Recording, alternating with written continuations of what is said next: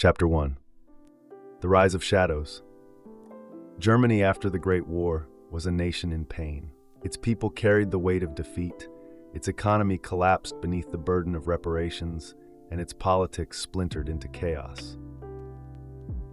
Factories stood silent, children begged for food, inflation devoured savings until a single loaf of bread cost wheelbarrows of banknotes. Out of that turmoil rose a man who promised to restore pride and order: Adolf Hitler. By 1933, Hitler was chancellor. Within months, democracy had disappeared. Opponents vanished into prisons, unions dissolved, newspapers obeyed. The swastika replaced the flag of the Republic. The world watched, distracted by its own hardship. The Great Depression crippled economies across the globe. Most leaders sought stability, not confrontation. In 1935, Hitler openly rebuilt Germany's armed forces. No one intervened. When his troops entered the demilitarized Rhineland in 1936, France hesitated. Britain urged caution. Each act of aggression met silence, and silence became permission. 2 years later came the Anschluss, the union of Austria with Germany. Crowds cheered as soldiers crossed the border. Again, no resistance. That same year, Hitler demanded the Sudetenland of Czechoslovakia. At Munich, Britain's Prime Minister Neville Chamberlain met him face to face. Chamberlain returned home waving a paper declaring peace in our time. But peace was an illusion. In March 1939, Germany seized the rest of Czechoslovakia. Europe's faith in appeasement collapsed. Still, the democracies hesitated. War, they believed, must be avoided at all costs. In late August 1939, Germany and the Soviet Union shocked the world with the Molotov-Ribbentrop Pact. Publicly, it was a non-aggression treaty. Secretly, it divided Eastern Europe between them. Now nothing stood in Hitler's way. Chapter 2. The World at War. At dawn, on September 1, 1939, German forces invaded Poland. Columns of tanks rolled across the frontier, bombers filled the sky, civilians fled along roads strafed by machine gun fire. The strategy was blitzkrieg, lightning war, designed to strike fast, overwhelm, and encircle. Within 3 weeks, Poland was broken. 17 days after the invasion began, Soviet troops attacked from the east. By early October, Poland ceased to exist. Britain and France declared war on Germany. Yet through the long winter that followed, almost nothing happened. Soldiers waited in trenches behind the Maginot Line, while newspapers called it the phony war. In April 1940, the calm ended. Germany seized Denmark in a single day and invaded Norway soon after. The campaign gave Hitler control of the northern seas. On May 10th, the attack on the west began. German divisions smashed through Belgium and the Netherlands, bypassing France's fortified line by driving through the Ardennes forest, a place Allied generals believed impassable to tanks. Within days, German armor had reached the English Channel. Hundreds of thousands of Allied soldiers were trapped around the port of Dunkirk. Facing annihilation, Britain launched a desperate evacuation. From May 26th to June 4th, a fleet of destroyers, fishing boats, and ferries crossed the Channel again and again. More than 300,000 men escaped. It was not victory, but it was survival. Paris fell on June 14th. The French government surrendered. In a railway carriage at Compiègne, the same where Germany had surrendered in 1918, Hitler accepted France's defeat. Europe lay beneath the swastika. Only Britain remained free. Chapter 3. Britain alone. The summer of 1940 brought a new battle, one fought in the air. Hitler expected Britain to sue for peace. Instead, Winston Churchill vowed resistance. The German Luftwaffe began the Battle of Britain, intending to destroy the Royal Air Force and clear the skies for invasion. Day after day, dogfights raged above the Channel. Fighter Command relied on a new tool, radar, and on pilots drawn from every corner of the empire. Despite enormous losses, the RAF endured. When the Luftwaffe failed to break it, Hitler turned his bombers toward the cities. The Blitz began. London, Coventry, and dozens of towns burned night after night. Families slept in underground stations. The sound of sirens became part of daily life. Through that winter, Britain held out alone. Operation Sea Lion, the planned invasion, was postponed, then abandoned. In the Mediterranean, Italy entered the war but soon stumbled. Its armies faltered in Greece and North Africa, forcing Germany to intervene. Across the Atlantic, the United States remained neutral, yet increasingly supportive. President Roosevelt's Lend-Lease Act supplied Britain and later the Soviet Union with weapons, food, and fuel. American factories became the arsenal of democracy. By the end of 1941, Britain still stood, battered but unbroken. And far to the east, Hitler's gaze shifted toward a new and far greater enemy. Chapter 4. Operation Barbarossa. On the morning of June 22, 1941, 3 million German and Axis soldiers crossed into the Soviet Union. It was the beginning of Operation Barbarossa, the largest invasion in human history. Columns of tanks rolled through the mist, aircraft filled the sky, and artillery thundered across a front stretching from the Baltic to the Black Sea. The Wehrmacht advanced with breathtaking speed. Entire Soviet armies were encircled. Millions were captured. Cities such as Minsk, Smolensk, and Kiev fell one after another. German commanders believed the Red Army finished. They expected victory within months. But they had underestimated both the size and resilience of the Soviet Union. The Soviet government moved its industries east, beyond the reach of German bombers. Factories were dismantled piece by piece, rebuilt in the Urals, and began producing weapons again within weeks. As autumn turned to winter, the German offensive stalled. Supply lines stretched thin, fuel froze in barrels, and troops lacked proper winter clothing. Temperatures plunged below -40. Frostbite and starvation claimed more soldiers than bullets. Outside Moscow, Soviet forces launched a counteroffensive with fresh divisions from Siberia. The Germans were pushed back. For the first time, Hitler's army failed to achieve victory. Behind the front lines, the invasion unleashed unimaginable brutality. Special SS units known as Einsatzgruppen followed the army, murdering Jews, Roma, and political prisoners. By the end of the year, hundreds of thousands had been killed. These killings marked the opening phase of what would become the Holocaust. Chapter 5. The Pacific ignites. While Germany fought in the east, Japan pursued its own empire in Asia. The Japanese military had already occupied large parts of China and now sought control of Southeast Asia's oil and rubber. When the United States froze Japanese assets and cut off oil exports, Tokyo's leaders chose war. Their plan, to cripple the American Pacific Fleet and seize vital territories before the U.S. could respond. On December 7, 1941, Japanese aircraft struck Pearl Harbor in Hawaii. Battleships burned in the harbor. Over 2,000 Americans died. The next day, the United States declared war on Japan. Germany and Italy, honoring their alliance, declared war on America. The conflict had become truly global. In the first months of 1942, Japan advanced everywhere. Hong Kong, Malaya, the Philippines, and the Dutch East Indies all fell. British forces surrendered Singapore, their Gibraltar of the East. The rising sun flag flew from Burma to the Pacific Islands. But the success would not last. In April, U.S. bombers struck Tokyo in the Doolittle Raid, a symbolic attack that lifted Allied morale. Then in June came the decisive Battle of Midway. American codebreakers uncovered Japan's plans and set a trap. In a few explosive minutes, U.S. carrier aircraft sank 4 Japanese carriers. The loss crippled Japan's navy and shifted the balance of power. From that point onward, Japan would fight a long, grinding defense against a growing American tide. Chapter 6. The War Turns. In North Africa, German and Italian forces under General Erwin Rommel had pushed deep toward Egypt.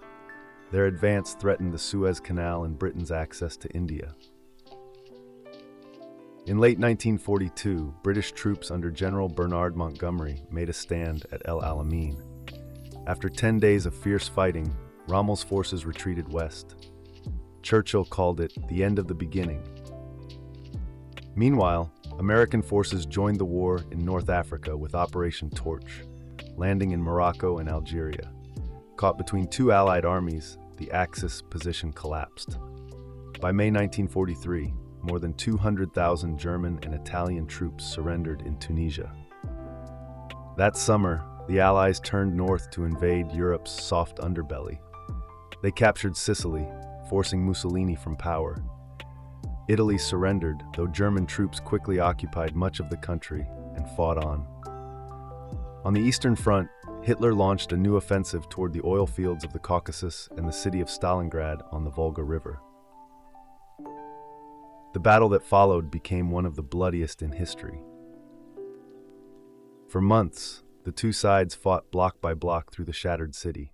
Civilians hid in cellars while artillery leveled entire districts. When winter came, Soviet forces encircled the German Sixth Army.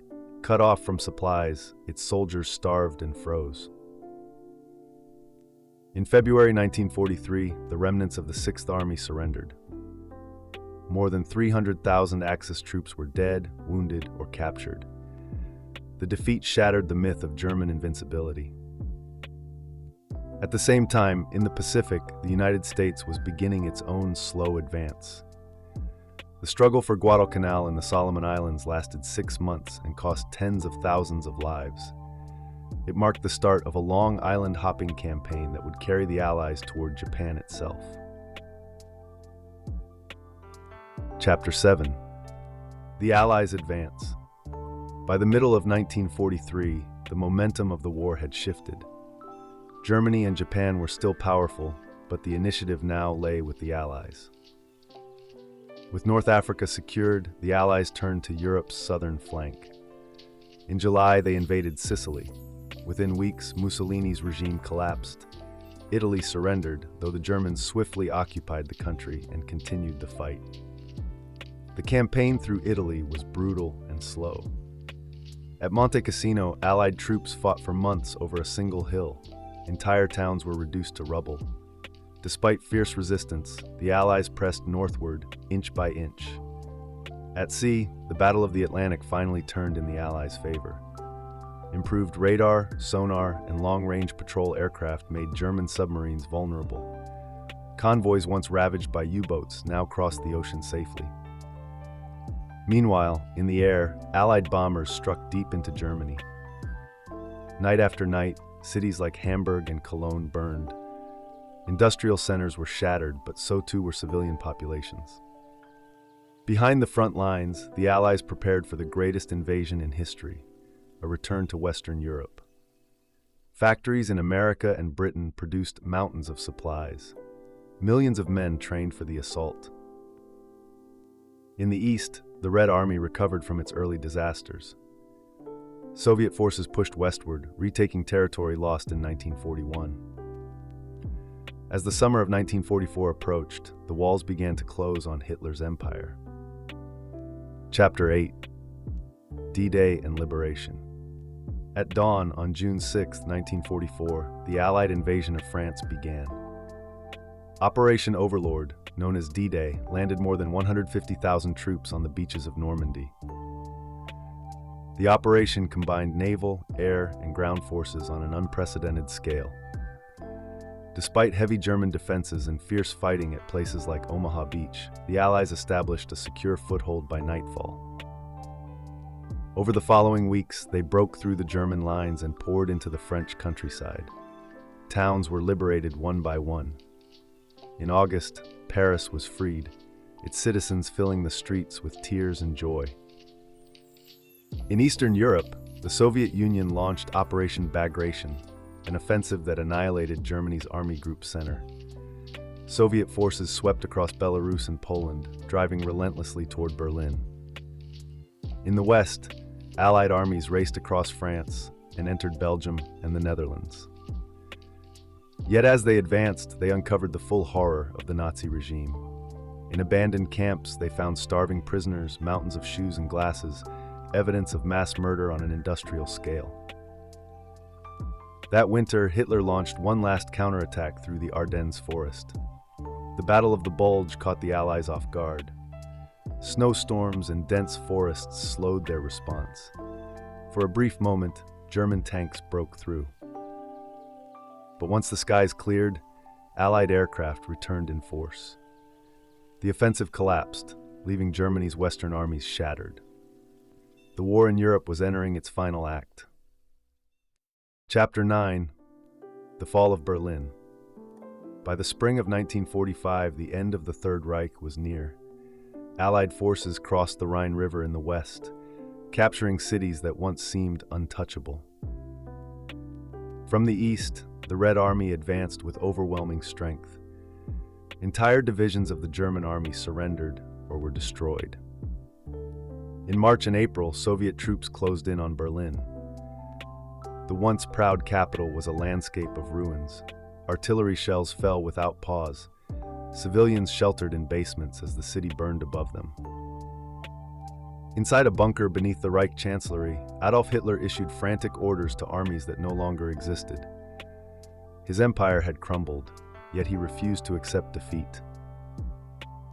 On April 30th, 1945, as Soviet troops fought their way through the streets above, Hitler took his own life. His body was burned in the garden behind the bunker. A week later, on May 8th, Germany surrendered unconditionally. The guns fell silent across Europe. Soldiers and civilians alike emerged into the light of peace after nearly 6 years of war. In London, Paris, and Moscow, crowds filled the streets in celebration. Yet amid the joy was grief, for families lost, for cities destroyed, for the tens of millions who would never return. Chapter 10: The End in the Pacific. Even after Germany's surrender, the war in the Pacific raged on. Japan's empire still stretched across hundreds of islands, defended by soldiers sworn never to yield. The American advance moved methodically, one island at a time. Each assault came at terrible cost. At Iwo Jima, nearly 7,000 U.S. Marines died to capture 8 square miles of volcanic rock.